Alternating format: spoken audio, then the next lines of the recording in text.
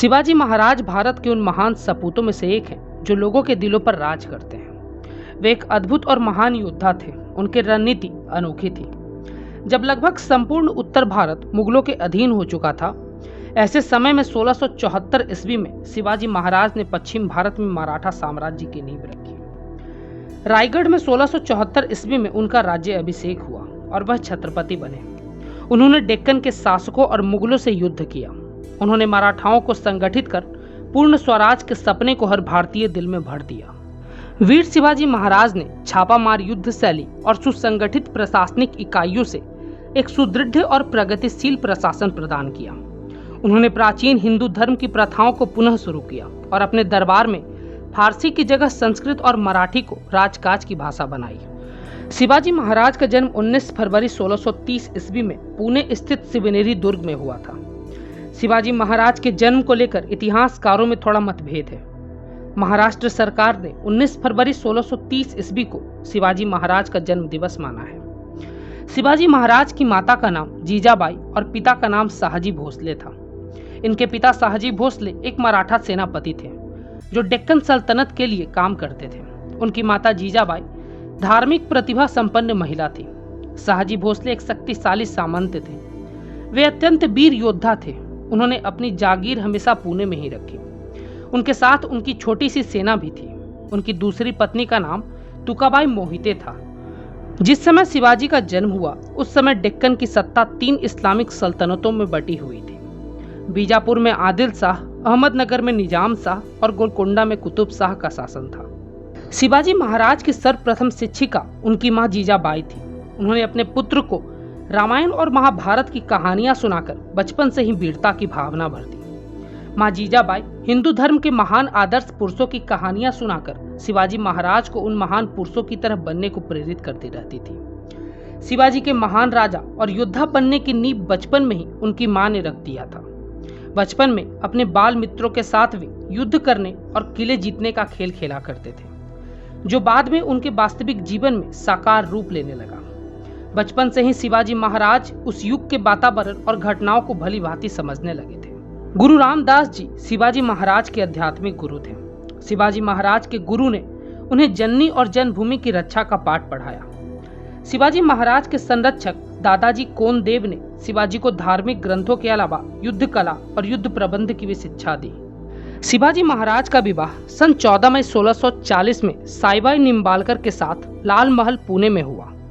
कई राजनीतिक कारणों और परिस्थितियों की मांग के कारण और मराठाओं को एक करने के चलते शिवाजी को 8 विवाह करने पड़े। शिवाजी महाराज जब बहुत छोटी अवस्था के थे तभी से वे देश के वातावरण को समझने लगे थे। अपने देश पर शासन कर रहे शासक की क्रूरता पर वो बेचैन हो जाते थे। उनके बाल हृदय में ही स्वतंत्रता की लौ प्रज्वलित होने लगी थी।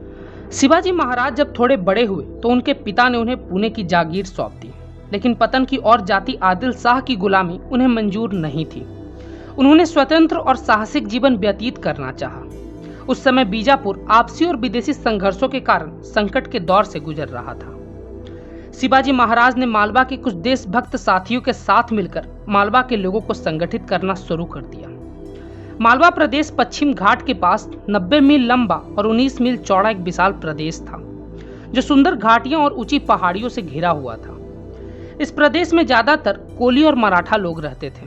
कठिन और संघर्षपूर्ण जीवन जीने के कारण वे बहुत परिश्रमी और मजबूत थे।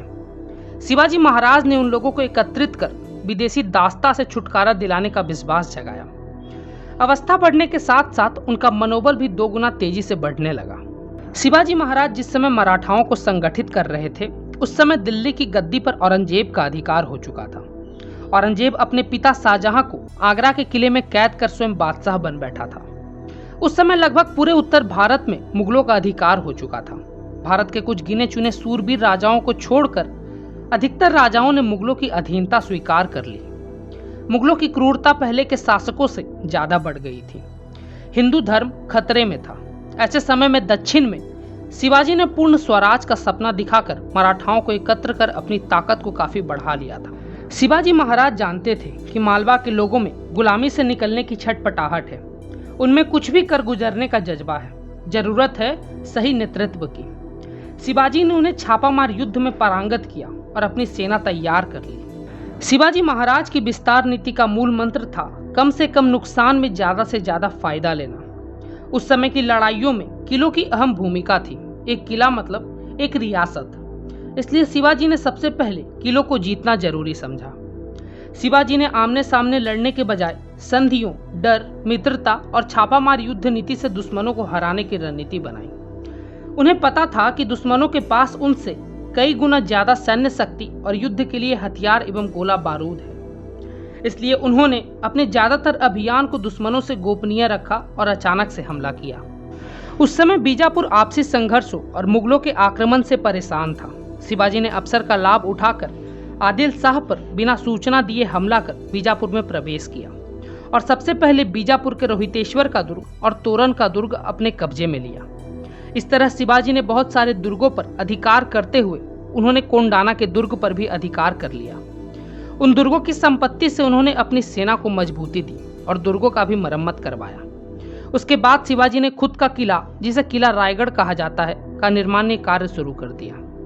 शिवाजी महाराज की साम्राज्य विस्तार की नीति का पता चलते ही आदिल शाह आग बबूला हो गया और उसने शाहजी को अपने बेटे पर नियंत्रण रखने को कहा। लेकिन शिवाजी ने पिता की बात नहीं मानते हुए अपना काम जारी रखा। उसके बाद बीजापुर के सुल्तान ने शिवाजी के पिता शाहजी को बंदी बना लिया। बाद में शाहजी को इस शर्त पर छोड़ा गया कि शिवाजी बीजापुर के खिलाफ कभी कार्य नहीं करेंगे। अगले 4 वर्ष तक शिवाजी ने बीजापुर पर आक्रमण नहीं किया, लेकिन इन 4 वर्षों में वे अपनी सेना को समृद्ध करते रहे और दक्षिण पश्चिम में अपनी शक्ति को बढ़ाने की कोशिश करते रहे। सन 1645 में शाहजी की मृत्यु हो गई। सन 1656 में शिवाजी ने जावली पर आक्रमण करके वहां के राजा चंद्रराव मौर्य को हरा दिया। वहां शिवाजी को ढेरों संपत्ति मिली, साथ ही कई मालवा सैनिक भी उनकी सेना में शामिल हो गए।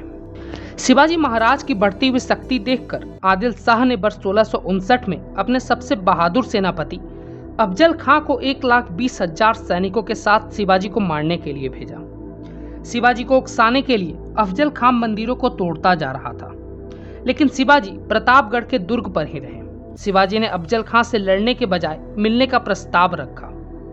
दोनों के मिलने पर एक शर्त रखी गई, वह दोनों अपने साथ एक ही तलवार लेकर आए। शिवाजी को अफजल खां पर भरोसा नहीं था। उन्होंने अपने कपड़ों के नीचे कवच पहन लिया। शिवाजी और अफजल खां प्रतापगढ़ के किले के पास एक झोपड़ी में मिले। वही हुआ जिसकी आशंका शिवाजी को थी। अफजल खां ने शिवाजी पर हमला कर दिया। कवच के कारण शिवाजी बच गए। शिवाजी ने अपने बाघ नख से अफजल खां पर घातक हमला किया और उसे मार दिया। इसके बाद शिवाजी ने 10 नवंबर 1659 को बीजापुर पर आक्रमण कर दिया, जिसे प्रतापगढ़ का युद्ध कहते हैं, और उसे जीत लिया। मुगल शासक औरंगजेब को दक्षिण में शिवाजी की शक्ति का पता चल चुका था। वह शिवाजी को हल्के में नहीं ले सकता था। दक्षिण में अपने साम्राज्य विस्तार में शिवाजी उसके लिए बड़ा रोड़ा बन सकते थे। इसलिए औरंगजेब ने दक्षिण में अपने सूबेदार शाइस्ता खान, जो औरंगजेब का मामा भी था, उसे शिवाजी को खत्म करने के लिए भेजा। शाइस्ता खां अपने हजारों सैनिकों को लेकर शिवाजी को मारने के लिए पुणे पहुंच गया।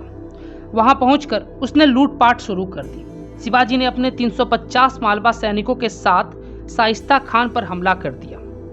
शाइस्ता खान से युद्ध में शिवाजी को बहुत नुकसान हो रहा था, इसलिए शिवाजी ने बाराती बनकर शाइस्ता खान के घर में घुसने की योजना बनाई। शिवाजी के इस अचानक हमले से शाइस्ता खान जान बचाकर भाग खड़ा हुआ, लेकिन उसकी 3 उंगलियां कट गई और उसका पुत्र मारा गया। मारे शर्म के वह औरंगजेब के पास छिप गया। औरंगजेब ने उसे दक्षिण से हटाकर बंगाल का सूबेदार बना दिया। शाइस्ता खान ने अपनी हार का बदला लेने के लिए 15,000 सैनिकों के साथ शिवाजी के कई क्षेत्रों को जलाकर तबाह कर दिया, जिससे शिवाजी को भारी नुकसान हुआ।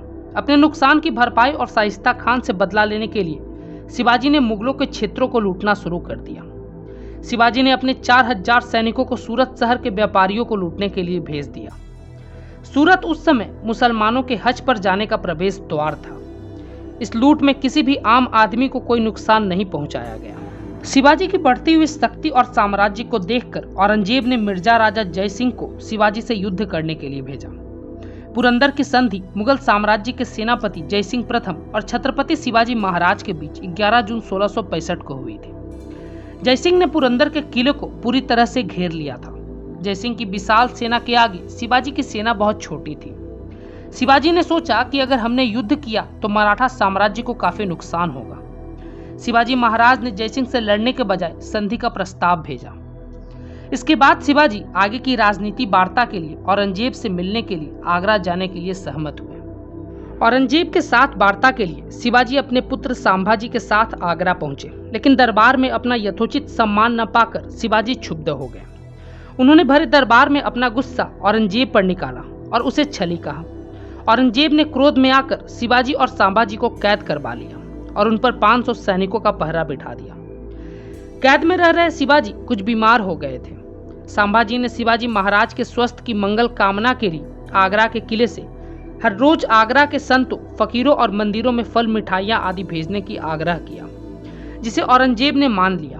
कुछ दिनों तक यह सिलसिला चलता रहा। एक दिन मौका पाकर शिवाजी ने संभाजी को मिठाई की टोकरी में बिठा दिया और खुद मिठाई उठाने वाली टोकरी के मजदूर बनकर वहां से भाग गए।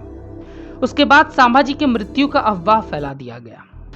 औरंगजेब को लगा कि शिवाजी को भगाने में जयसिंह ने मदद की है, इसलिए उसने जयसिंह को जहर देकर मरवा दिया। सन 1674 तक शिवाजी महाराज ने अपने साम्राज्य का काफी विस्तार कर लिया। पश्चिम भारत में हिंदू राष्ट्र की स्थापना हो चुकी थी। उसके बाद शिवाजी ने अपना राज्य अभिषेक कर एक नई प्रगतिशील सोच के साथ मराठा साम्राज्य को और आगे बढ़ाया। 1680 के शुरुआती समय में शिवाजी का स्वास्थ्य कुछ ठीक नहीं रहा था और 5 अप्रैल 1680 को अचानक शिवाजी भोसले की मृत्यु हो गई।